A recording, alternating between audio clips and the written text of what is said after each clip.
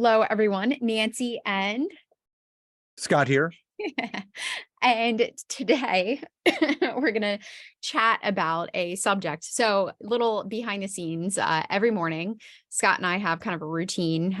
We wake up, we kind of get ready for the day. We take the dogs out, and we work out before breakfast. And I always love to throw some random topics out at him.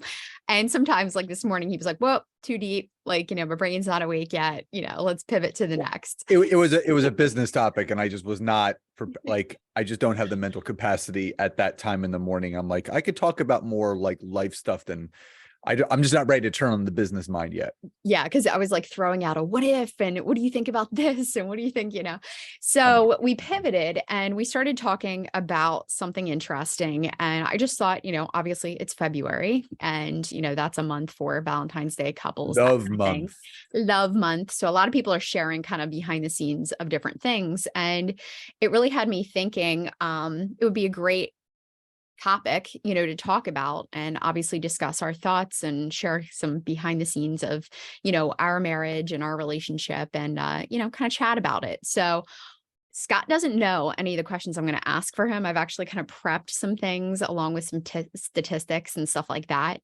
So I thank you ahead of time for being so willing to do this and obviously chat around some topics. So, just full transparency, guys, starting back, before Scott and I started dating, I was actually in that camp. I was in that point of my life where I actually was kind of okay, not ever getting married. I kind of thought, you know what, like, I don't need it. I'm happy with myself. I'd kind of done a lot of work and, I really just didn't have that, need for it. And if you guys have ever read the quote, it's actually, I mean, it's pretty like, ugh, but it's by Jim Carrey and it's whoever invented marriage was creepy as hell. Like, I love you so much, I'm going to get the government involved so you can't leave. Right. So, I remember seeing like a quote like that. I'm like, oh yeah, it totally makes sense, right? Like marriage, what's the whole point? It's just like such a social norm thing. But really wanted to share with you guys. So our story and what really changed for me. But so on our first date, Scott, do you remember, our first date, first Of time we ever, course. Of course. obviously had our date? You really said something that changed my whole perspective because I remember kind of coming at you and saying, I don't really know about marriage. Why do people even get married anymore? And you said some things that really stuck with me. Do you remember some of the things that you said? I mean, I remember some of the things. I know I definitely remember talking about the fact that I love being a team and I love being a unit, being one. So, I grew up in a very tight-knit family, so I love family aspects. So I love how, and you say this, people water each other. So I really believe that two people that are meant to be together, they're better together, as Simon Sinek says, but you become a team, And Jack Johnson. and Jack Johnson. Well, you become a team, you become a unit. So it's not, yeah, you're friends, your family, your lovers, your husband and wife, but you're a unit, you're a team.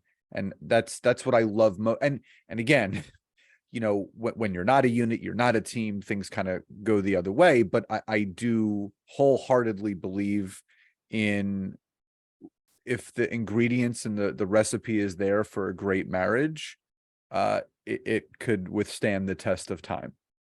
Yeah. I mean, that's exactly it. Like, for everybody who is watching, imagine this, right? We're sitting outside, it was a beautiful, summer day. Actually, no, it wasn't. Yeah, it was. Our first date was, yeah, we're on like It August. was a summer evening. It was like Yeah, seven so it was o'clock like at night. summer evening. And here I am, coming at Scott with, I don't know, having that kind of attitude. And the thing that really stuck with me after that date and kind of thinking about it later on and really shifting my perspective was the idea of actually coming together with someone and wanting to be a team, wanting to actually like crush life together. I mean, we always joke like life is a big game, and the idea of, I think, having a partner along the way and having somebody who kind of, one, checks you when you need to be checked, someone to kind of push you and help you, maybe when you're stuck or needs kind of like that outside perspective. And, obviously having someone along in that journey has been really impactful. So the other thing too, and the reason why I know that we work so well is I had done a lot of work on my confidence, right?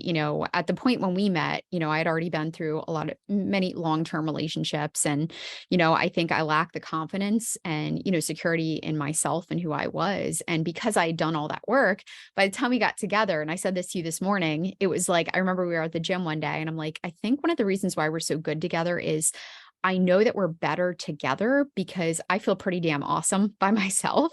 I know that like I still, would have a happy life. I know things would be great. And I felt very confident in who I was. But the fact that us together was better, like that's why we're together. And I think when you can really write down, because here's the thing, I mean, I believe that, everyone can be in any like different situation they want to be in, right? Like we're living in a time where social norms are changing, right?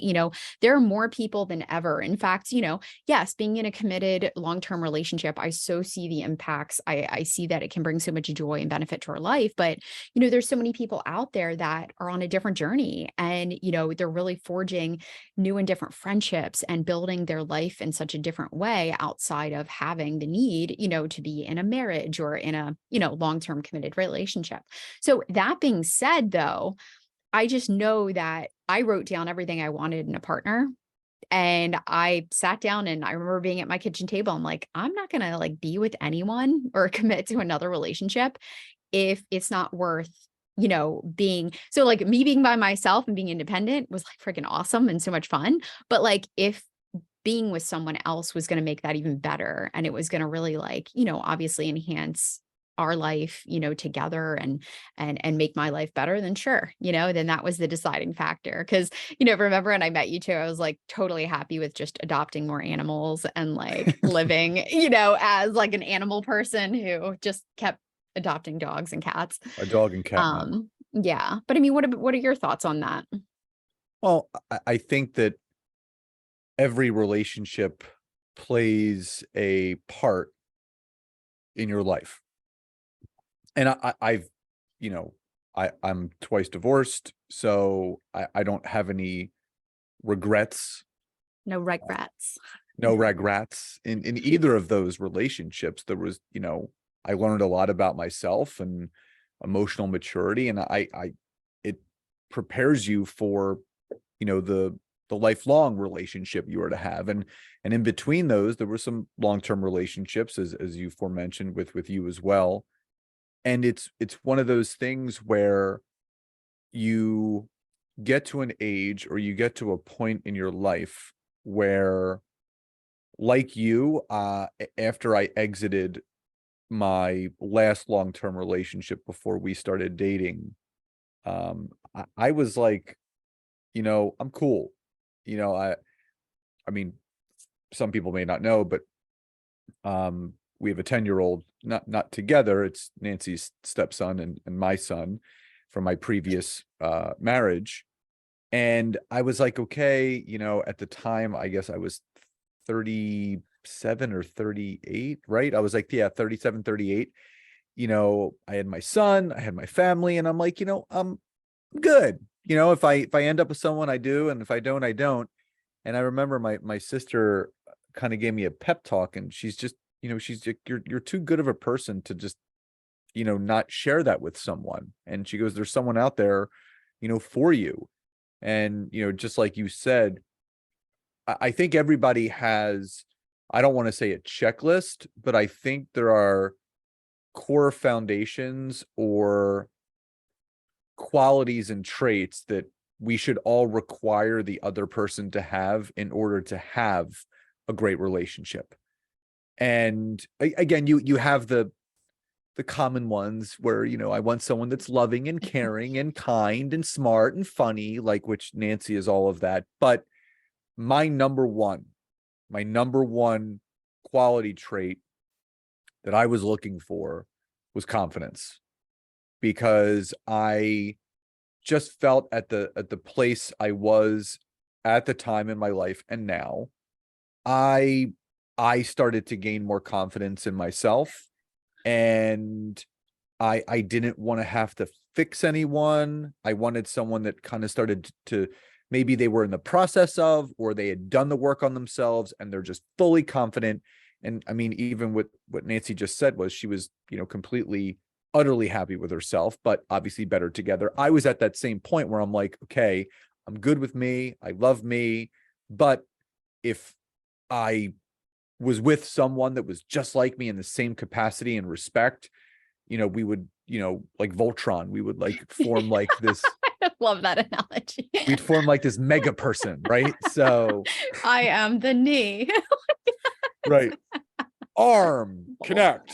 So, I think for me, it was confidence. And I think that is actually a big thing for people right now. I think there's men and women that are still trying to figure it out, whether they're in their mid to late 30s, even their 40s.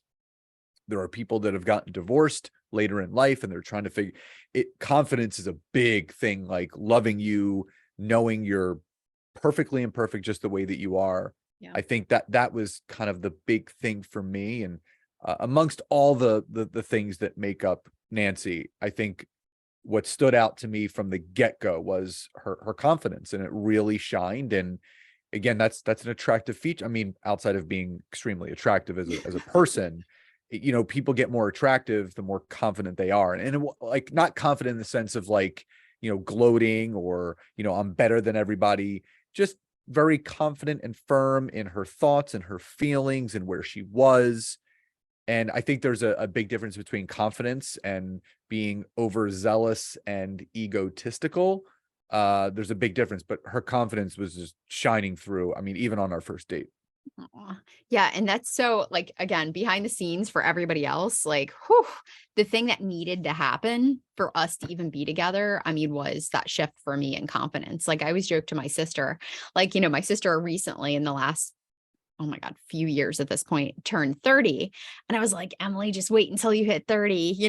Over 30, you just have these realizations and all these things that you thought mattered and all this physical stuff, like all this stuff that you really like perseverated on is not as important as you think it is, and other people's opinions and things like that. So, probably the biggest work between my last relationship and our relationship was confidence. And I remember a mentor of mine uh told me and it was funny, we were having this conversation and he was like, Nancy, you have so much going for you, you were so smart, there's so many things about you, that would make you an amazing partner. And he was like, if you just worked on your confidence and knowing that about yourself and really just like working on that, you're golden, like literally, like can crush through walls, like you're good.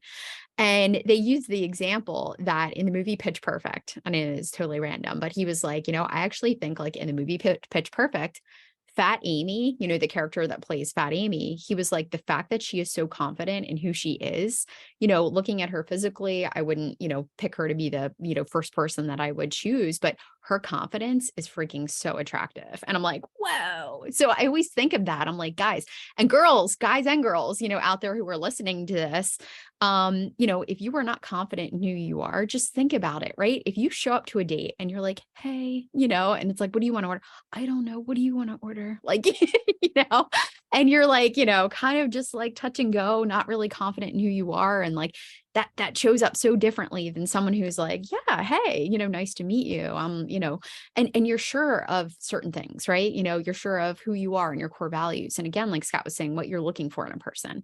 So, if you can do some work on yourself, or if you feel maybe that's something that you need to work on, it's just been monumental, obviously for me. And I know that if I hadn't done that work, we wouldn't be together, right? That number one thing that I worked on is the number one thing, that Scott said, Yeah. really drew him to me. So that's pretty cool.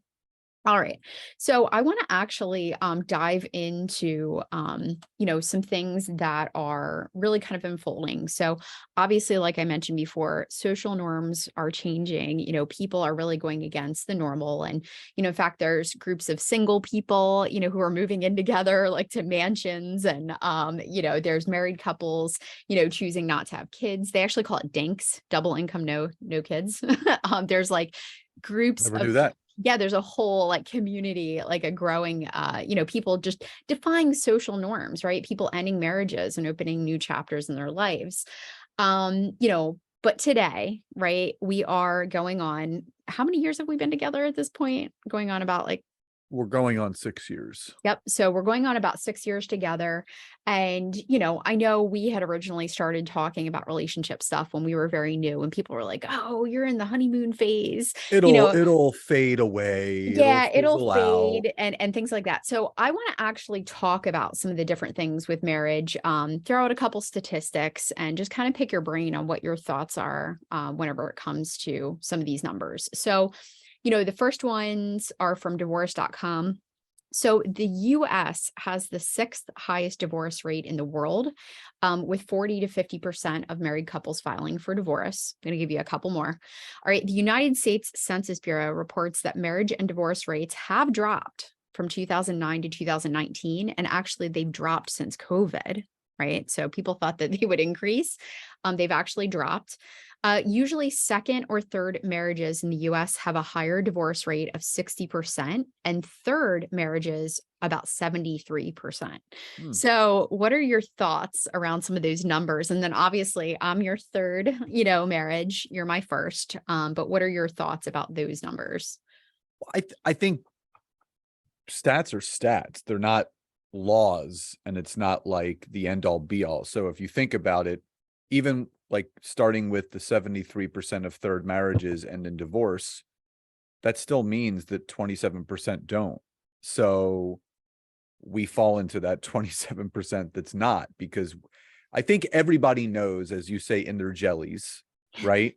I feel it in my jellies. Yeah. That I think people are emotionally intelligent enough now that when they're in a relationship and even in a marriage, they know if it's going to last or not. Like, I think everybody knows. And again, there's a recipe to a successful marriage. I really feel that there's core things that make up a very successful marriage. Now, I am surprised that the US is only sixth. I would have thought, because of the population of this country. I know that I think in India has more people, China might have more people populace wise. I thought the US would be way higher. So I'm interested. I don't know if you know who's number one, but the fact that the divorce rate has declined since 2009 till today, that makes me feel good, because when you hear the statistic that, half of all marriages end in divorce, again, that's a societal narrative that is planted in everybody's head that either this is or is not going to work. Now, I mean, there's so many things I want to say. So as far as divorce goes, right? It's hard to quantify the difference between a divorce and a long-term relationship. And here's what I mean. A divorce obviously is a legal separation between two people that have been together, right? So there's maybe an exchange of assets, dividing household stuff, kids, that, this, that, or the other. There are a lot of couples that have been together for a very long time who have never gotten married, but have chosen to break up just from a non-legal paperwork standpoint. And they could have kids, you call these people life partners, right? That the label for that. So I really feel someone that has been in, say, 4, 5, 6 long-term relationships, right? Yeah. But never got married, and then finally found someone and got married. I really don't feel there is a huge difference. And again, commitment wise, yeah, you're committing to that person for the rest of your life. But I feel there's a lot of people that get into long-term relationships that feel, it's going to go down that road, and 6, 7 years go by and you're like, you know what? I think we've outgrown each other. And that happens within marriages. So I think statistic wise, it can be a little bit skewed because, just because there is no legal paperwork attached to a long-term relationship doesn't mean that the emotional cutting of those ties and the things that go along with ending that kind of relationship, it hurts people the same way. So I think from an emotional standpoint, whether it's a marriage that ends or a long-term relationship that ends, it could hurt just the same. Now, I am a little bit surprised about the last statistic that you shared about the pandemic from 2020 to 2023, because I remember reading somewhere that, everyone felt the divorce rate was going to go up because if you think about, yeah, I mean, what people don't understand is Nancy and I spend literally almost every waking hour together. We've been together for almost 6 years, but if you were to quantify that by a traditional married couple who has a 9 to 5 where they wake up next to each other, have breakfast together, drive separately to work, come home, have dinner, spend some time in the evening, go to bed. That's not how we're in the house all day together every single day. Work together. We Work have together. our We run our business company together. together. Yeah, Yeah. everything is done together. Now, you would think that couples that didn't do that were now forced to either have to work from home or quarantine together, whatever it is, it's going to really test the relationship, because it's going to probably open up pathways of conversations and connection that have maybe been buried for a long time. Maybe they started a family and all the energy and effort was poured into the kids and not the two of them, this, that, or the other. But now that I think about it, well, it kind of makes sense, because maybe it allowed those couples to really go back to the grassroots of why they fell in love Mm, and why they got married and why they chose to have children. And it, in all theories thrown out, it probably strengthened the bond between them, because maybe they reconnected and found another layer and level, so to speak, of their relationship. So again, I think stats are stats, and I think you hear the term case by case basis. It comes down to the people. And with marriage, or any relationship for that matter, it's not a one-way street. If a relationship in any capacity, whether it's a friend, family member, significant other, if it's seen as a one-way street, that's a one-way street to a dead end of that relationship ending at some point. In any healthy relationship, it's a two-way street. Everyone is going to have a difference of opinions. There's going to have to be a middle ground met. So I think the more that people individually work on themselves and really understand who they are as a person. And I always recommend to every human being, Nancy and I read this book together, The 5 Love Languages. It's a classic, but it really allows you to dig deeper into what fills your tank. Because for those that are listening or watching this, what most people don't realize, human beings end up trying to fill the cups of others around them based on the way that they would want their cups filled, and not the way that the other person. So again, not going too deep into the book, but there's different ways that we give and receive love, and the way that we receive love from our partner, they may have a different way of receiving that. That's why they always say communication is key. It's right. Really understanding how people work, not only as an individual, but as a couple. That's what's going to strengthen the bond. And I think that last stat of the divorce rate going down even further during the pandemic, I guarantee you there's a lot of people that were forced to kind of look in the mirror and reevaluate or reassess, the reason why they fell in love, the reason why they're still married and have kids and are living the life that they are. totally. Yeah. No, I mean, I was thinking of that too, because I'm going to go through the phases of marriage too in a second. And, you said it, like reassessing, right? That's even a phase, down the line. And I think showing that gratitude for that other person, actually having to be there with them. I completely agree. So I'm going to go through some additional stats. And Scott did mention, by the way, the book, what's it called again? The 5 Love Languages. Yes, the five love languages. We'll link it in the description. Yep, we'll link it in the description. But that book, totally a game changer, because once you find out, obviously, how your partner, receives love and gives love and all that good stuff, you can obviously start to really nurture that relationship that much more. So totally agree. So I'm going to go through a couple other stats. Let's see. Average length of marriage is 8.2 years. Hmm. Higher your education, the lower the divorce rate. That was interesting. Um, Wait, higher the education, the lower the divorce rate. So the more Correct. educated someone is, the least likely they're going to get divorced. The lower, yeah, the chance. Yep. So So the that fact was, that I went to 3 colleges, does that give us a really, really good chance, even though I only got 1 degree? yeah. Yes, yes. I think yeah, it actually says something about that on there. No, yeah, no, it's interesting because yeah, it says bachelor's degree, which you got your bachelor's, right? Yeah, in Yeah. HR. Yeah, so in HR, that's super random.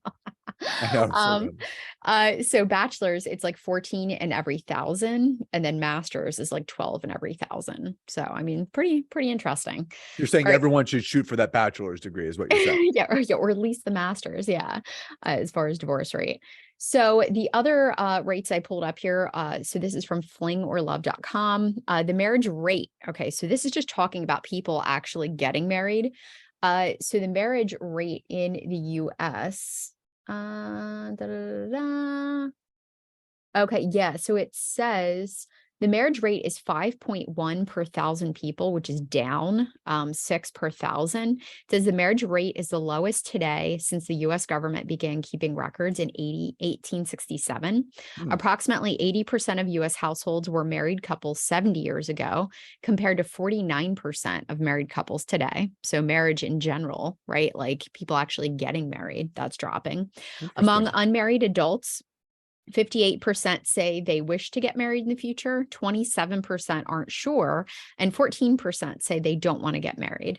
Among unmarried adults who want to get married someday, 9% say they just haven't found the right partner, 41% state not being financially stable as the main reason they are unmarried, and the average age of marriage is now over 30, which is actually between like 33 to 34 in some cases. So any thoughts on those stats on the Well, marriage rate? yeah, well, again, none of this surprises me, and I would say because I think the woke society that we live in now, I think people are becoming more independent thinkers, and I feel are less impacted by societal beliefs. I think people are thinking more independently and saying, you know what? I don't have to get married. I don't have to have kids. I don't have to, do this, that, or the other. I think people are just kind of beating to their own drum. So I'm not really surprised, but I would say in respect to the two different things that you said, one, not finding the right person and money. You and I have talked at length about people settling and how they feel they're at a certain age. I'm just going to close my eyes, spin a wheel, and whoever it lands on, that's going to be the person. But you and I have also talked about how we both agree that there are so many, an overabundance of wonderful women out there and a very small pool of Good great guys. guys. And I'm going to turn this back to you in a second because I want the female perspective on this. Now, again, I know I'm not like most guys. I'm not tooting my own horn. Yeah, you're a unicorn. I'm just built differently. And I think that goes back to obviously, the people that you're raised by and the environment that you're in. And I think I appreciate my emotional connection to myself and other people more now than I did when I was younger. It wasn't cool to be like emotional and kind of feminine energy. I was always friend zoned all the time. Yeah. But I think in respect to settling, like because they haven't found the right partner, I understand it's really hard. And as you get older, it becomes more difficult. But I think love doesn't know age, meaning you may meet that person when you're 30, you may meet that person when you're 40 or 45 or 50, and you just have to appreciate whatever journey that is. And I 100% agree. If you should never settle, you should never ever settle because it's a recipe for disaster. You should always do your due diligence and test the waters, see what's out there. And it's so cliche, but when you know, you know. I mean, you really know. When it took Nancy and I 3 dates. Not that we did not have a bad first or second date. They weren't bad, because there wouldn't have been a second date. There wouldn't have been a third date. But it really took that third date for us, which the time span between our first and third date was almost 3 months. Our first date was like towards the middle of August, but we really didn't connect until the mid-November. So there was a big disparity between our first and third dates, but that was like when we realized our walls were down, we were truly being who we were, and we realized there was something really deep, meaningful, and special there. In regards to money, money is an interesting thing because it's people say it's the root of all evil, but I believe that money, I mean, there's an overabundance of money out there. I don't care what anyone says. I mean, there is so much money circulating out there. Most of the issues that people have in regards to money go back to the environment that they grew up in, right? If you are raised in an abundant mindset family, not saying that you're wealthy and you have a butler and a cook and a chef and all that stuff, but if you're never fed, I was always fed to work hard, right? Work hard, do good work, um, be mindful of people, be kind, be generous, be grateful. And it was never like,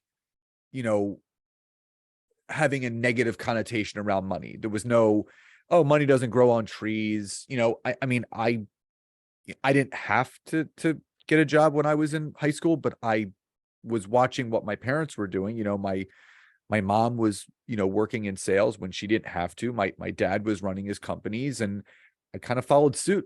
Sophomore year, I got my first job. I was 15 years old. So I learned that right away. So I think a lot of the issues that revolve around money, it's not more so the jobs that certain people have. Obviously, that may have something to do with it depending upon the household income. But I think the more deeper rooted aspect of it is really going back to your relationship with money based on what you were taught about it. And I know for you, your relationship with money and how you grew up was much different than me. And you've had to do a lot of work, and it's in the last 10 years Yep. on your relationship with money. And I'm not saying that I played a prominent role in that, No, but I you did. definitely, Yeah. my relationship with money and my prosperity consciousness definitely bled onto you, and you started to get it, and anyone can get it at any point. So I just want to kind of turn it back to you first and go back before we go forward. Well, even before we go back, I just want to stop there because I think for anybody watching, again, us, we like to be pretty transparent and open about everything. And I just wanted to thank you because, reading that statistic for me, right, that a lot of people actually don't put themselves out there because they don't think they're in a financial place or they don't feel like they have it all together. Well, it really like hits me home because when we met, right here I am, had gotten out of a long-term relationship. I was juggling a mortgage, my student loans, starting a new business, right? Trying to get that going. I was renting out rooms in my house. I was scrapping, I was scrapping to get by. I mean, I had credit card debt that I had taken out to start the business, different things like that. And so I was in a really vulnerable and raw place financially. And I was so insecure about it. And I remember that I just felt so sick about it. And we talked about it. It was like, holy shit. Like, I remember, I outwardly said, like, look, I am really scared. I'm really frustrated. I'm really concerned. Like, I just, and me being so independent, my whole life, right? It's like, I've got this, I've got this, I've got this. But like, here's the thing. I got it, meaning like, I will take care of my bills and I will handle my shit, but having you as a partner that I could actually communicate that to and tell you how frustrated I was and what I was working on and things like that, was everything. And having your support and not your judgment, on where I was and what I was working through was, I mean, honestly, I appreciate it. I don't think I ever thank you for it, but like, I thank you You so do. much. You do. Because like, I mean, the other thing is too, is, I mean, for anyone who's watching too, I mean, your journey, right? Sharing your rawness, your realness about going through everything that you did. I mean, you filed for bankruptcy. How many years? That was like 3 years before we met, I Yeah, think. almost 7 years ago. Yeah. So, Scott's history in the health and wellness, owning multiple gyms, having millions of dollars to like having nothing, and then literally working your ass off, to get to where, you are. And, us coming together. And, again, another full transparency thing is, in the last God, couple years, I'm now debt free. I paid off all my student loans. I paid off every debt, that I had. And I got there, but like your support and you're just like, being able to talk about it with you and be open and kind of let my like wounds kind of like air out and say, look, this is what I feel really shitty about right now. I'm going to get it together, but like, here's my journey right now, was epically important, in our journey, obviously together, but in everything that we do. So thank you for that. Well, you're welcome. And I will Yeah. say this, that, you still helped me because I I still had to let go of certain things when it came to money, because I would always voice to you, I feel the weight of the world on my shoulders, because I Yeah. always felt like I got to keep selling my coaching. I got to keep selling my consulting. And it wasn't until we kind of put our heads together and say, you know what, let's reevaluate the structure of our business and our company and how we're running it. So it's more running on the traditional way that a business runs, where there's leveraged income, there's reoccurring revenue coming into the business, where we're not just having active income all the time. And that was a big change for me, because, up until the last 2 years, since 1999 until 2021, right? Those 22 years, Yeah. I was basically succeeding off of active income, meaning trading time for dollars, whether it was me personal training someone, or doing nutritional counseling, or teaching someone LinkedIn, or doing a speaking event. That's But the aspect of the leveraged income side, and creating the programs that we have now, have been a game changer. So, and I'll never forget, when I had the talk with your mom, asking her for her blessing, and asking your hand in marriage.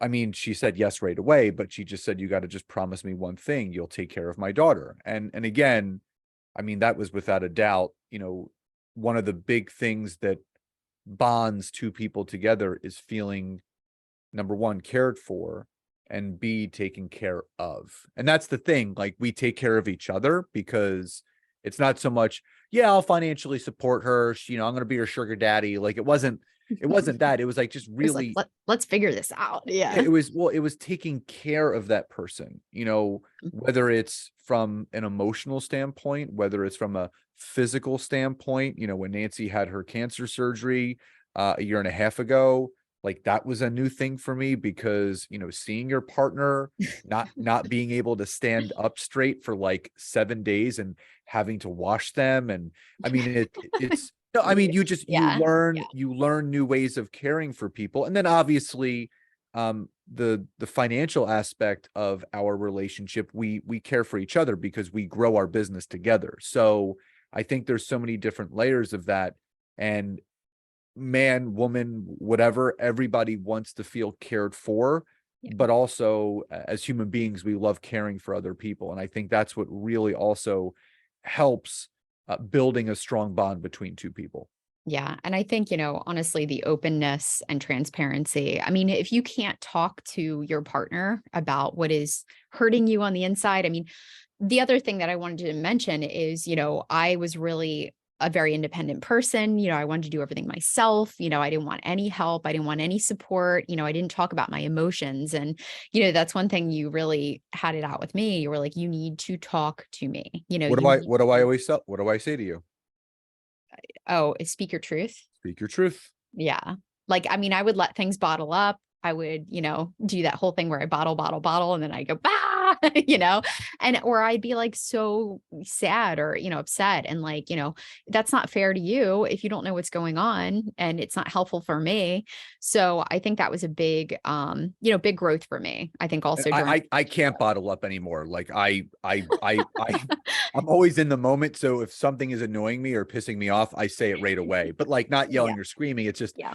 I live so presently now that I need to work through certain aspects, whether it's life or business, whatever it is. I have to talk about right then and there, Yeah. or it'll get stuff down, which I did when I was younger, and I'm not Yeah. going to do that anymore. Yeah, no. So, I mean, you've definitely helped me with that as well. And I mean, that I think quite honestly has been huge. I mean, for people out there who are like, oh, what advice would you give? Whatever. It's like, I think like communication, just flat out being open, like no passive aggressive bullshit. Like, Therapy. I mean, you and well, I have been yeah, going to yeah, therapy for years individually. We've done couples therapy, and everyone has yeah. such a negative connotation about that. Which Like, is ridiculous. it's Yeah. unbelievably helpful Yeah. having a third party that can have that 10,000-foot view on you as an individual. Because Yeah. again, as a person, we're so in our own way, in our own head about certain things that we can't see, you know, up from down. Even as a couple, right? Yeah. So when you have that third party there that's kind of just examining how the two people are interacting, or giving you some sound advice, Yeah. it helps you to kind of progress through, not only as a person but as a couple. So you know I feel like, there's a lot of people that, maybe will hire a relationship coach or a life coach. Like, I'm not saying that they're Yeah. not qualified, right? But nothing beats finding a good old therapist that can really help you with certain aspects. And I can really attribute, when Nancy got me, I was becoming the best version of myself. I had been, Yeah. at the time that Nancy and I started dating, I had been in and out of therapy for 5 years at that point.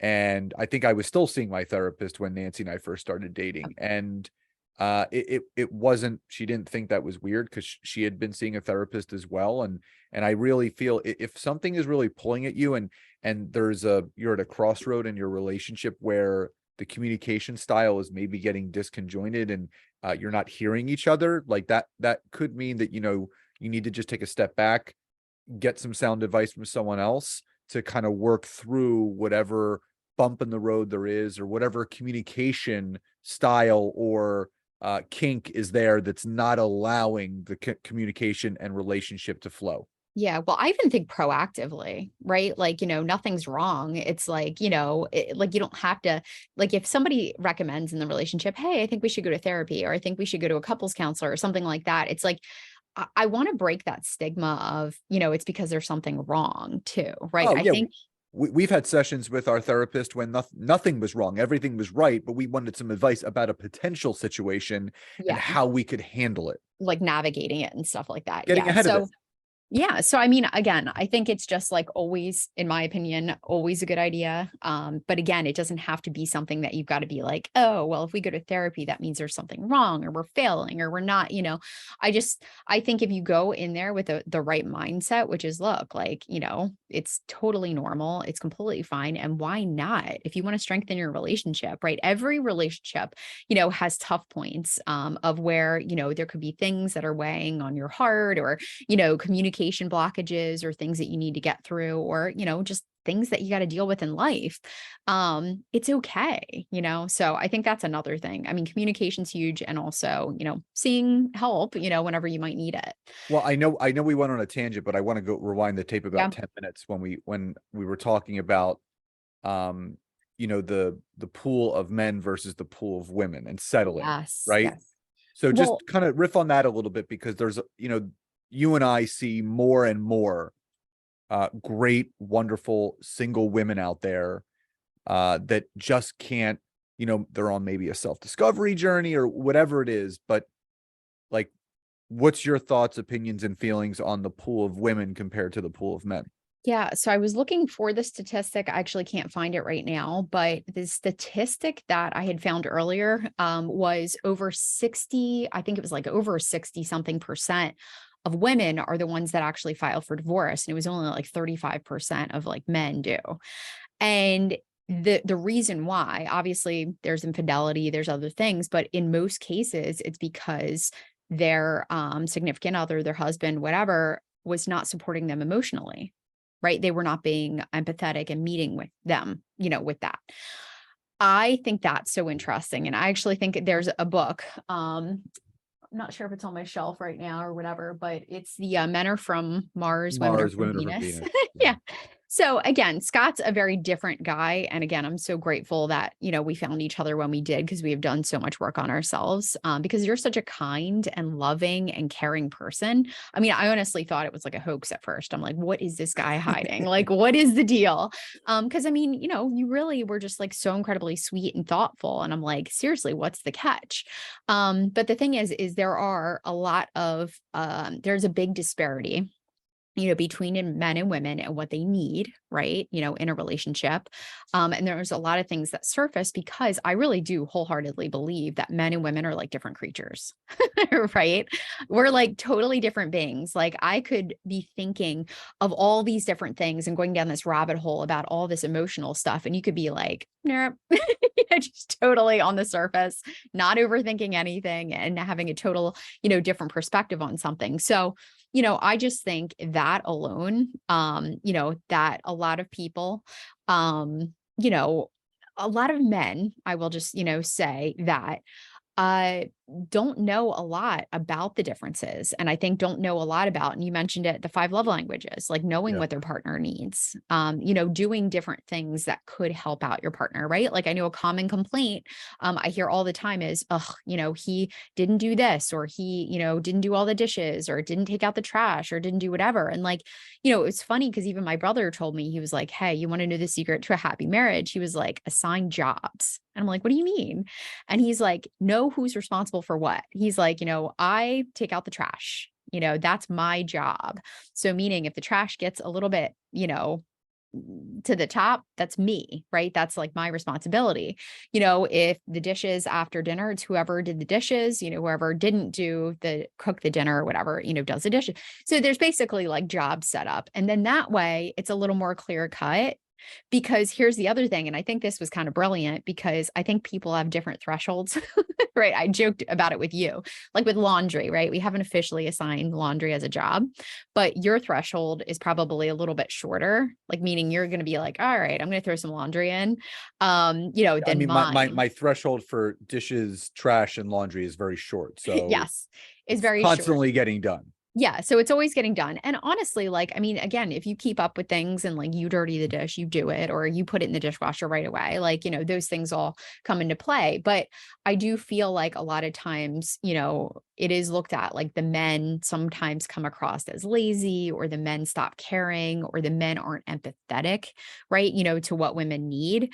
I think that's like, a common complaint. Right, you're doing nothing, I'm doing everything, but it brings up the question, have you voiced what you would like the other person to do? Correct. Like, I think that's huge. And again, we go back to communication, Yeah, but right? men and women, Mars and Venus aside, no one's a mind reader. I mean, well, Yeah. some people are empaths or whatever, but Yeah. that's you can't assume anything in a relationship if you don't say it. Like, and I mean, we communicate like, I'll cook dinner and I'll say, hey, can you get the dishes? Or, you cook dinner, I'll immediately start doing the dishes. You'll say, hey, I left the trash out, in the entryway. Can you go take it out? Laundry, I typically do the laundry, And put I in the fold it. baskets, and Yeah. Nancy folds. So we have our role in that. So because my office where I am is by the laundry room. So it's really easy for me to just run in there, throw laundry and switch it over. I'll bring the baskets up. I'll put them in the bedroom, and then, I'll walk into the bedroom later and Nancy's either A, folding, or B, she's done. Yeah. We call it our folding party. So, again, it goes back to communication. And Yeah. it's really funny because I remember we used to do these Sunday night chats, and we always talked about like bringing them back up again. But Nancy and I are just very protective of our weekends, and so we like to relax most of the time. But we're here to say that this honeymoon phase that people classify new relationships, you can continue to strengthen your relationship whether you're married, not married, kids, no kids, whatever it is, it's really a matter of how much and how important is that other person to you. Because if they are of the utmost importance, which they should be, because that's why you're with them, you should do whatever it takes to continue to build the foundations of that relationship. And Nancy and I, when we do our goal board every year, we put relationship stuff like Yeah. we both love playing video games, so we downloaded a video game that's actually for couples that we play. It's so cute. It's called It Takes Two. Yeah, it's Yeah, called It it's Takes so cute. Two. It's like a teamwork type game, husband and wife. But we also love board games. So whether it's playing Monopoly with Taylor, which he loves to crush us at, And or Scrabble, we or play Scrabble. Scrabble. Yeah, Nancy and I just playing Scrabble. Like again, you find things that really bond you, and it relationships evolve just like life evolves, but you have to be open to all of that. And going back, communication, not stuffing your feelings, being open and honest with your partner. And Nancy helped me through a personal situation that I was going through. She was making me aware of certain things that were triggering emotional things in me, and states that I was in. And I am so appreciative of, because I feel so much better. It's like almost like a weight off my shoulder, because I feel, since we had this open conversation, I am more myself all the time, not just at certain times. And it was, and intuitively I knew I was like, certain things were triggering me and I was feeling a certain way, but again, I was stuffing it. But when Nancy kind of brought it to the surface and we talked through it, it's like a sigh of relief. And I feel so at peace and so relaxed and so just like chill, when there were certain situations that would come up and I would be just totally on edge. And I just like, would just like, just have minor freakouts, and then like, I'm like, why? Like, it's just not a big deal. So yeah, and that's the sign of a healthy relationship, when you let the other person know, like, hey, I'm noticing this, you got to check yourself, turn the yeah. mirror around. And that's what two people that love and care deeply about each other, that's what you do for each other. Totally. So, I was going to go through the different phases of marriage. Actually, maybe we can talk about that another time. You guys can even share in the comments if that's something you'd be interested in, because I think that's pretty interesting, like the different phases of a marriage. But no, I just wanted to thank you for jumping on with me and, really sharing your perspective, because, I know, again, you've helped me in so many different ways. And I know we've grown together in so many different ways. And, I'm just really super grateful for you and, very present, I think, in our relationship, and just appreciate, all that we have. And, we've been through a lot. I think in the short time period that we've been together in the last 6 years, right? We've been through more than I think a lot of people, could be through in even 12 and 15 and plus years, with me going through cancer, us having to bob and weave with different, situations, and, building our business together, right? How many people can say that they actually work 24/7 with their spouse, which again, I think is something very special. So lots of cool stuff. I think that we could kind of revisit at another time, but thank you very much. And anything else you want to kind of leave us with? Well, no, I love you very much, and I always appreciate these conversations. And the goal of these conversations not only is for us to communicate to each other, but for whoever's watching and listening to kind of, maybe inspire or motivate you to take a different look at your relationship, and maybe have a nice conversation with your partner, and just kind of reopen that door of communication. And really, if you ever read the book Better Together is Better by Simon Sinek, it's just a wonderful reminder that as human beings, we make each other better. We water each other, as Nancy always reminds me. And I just appreciate everything that you've done for me and Taylor, our business, our life. Because again, as you always say, we both would be really happy just on our own, but our Yeah, life would not be anywhere close to where it would be, and is going, if we weren't together. So I just really 100%. appreciate and love you very much. Absolutely. All right. Well, we're going to wrap this up. You guys share in the comments below any big takeaways. Like I said, we'll share the link for a couple of the books that we mentioned, and hope you guys have a wonderful rest of your day.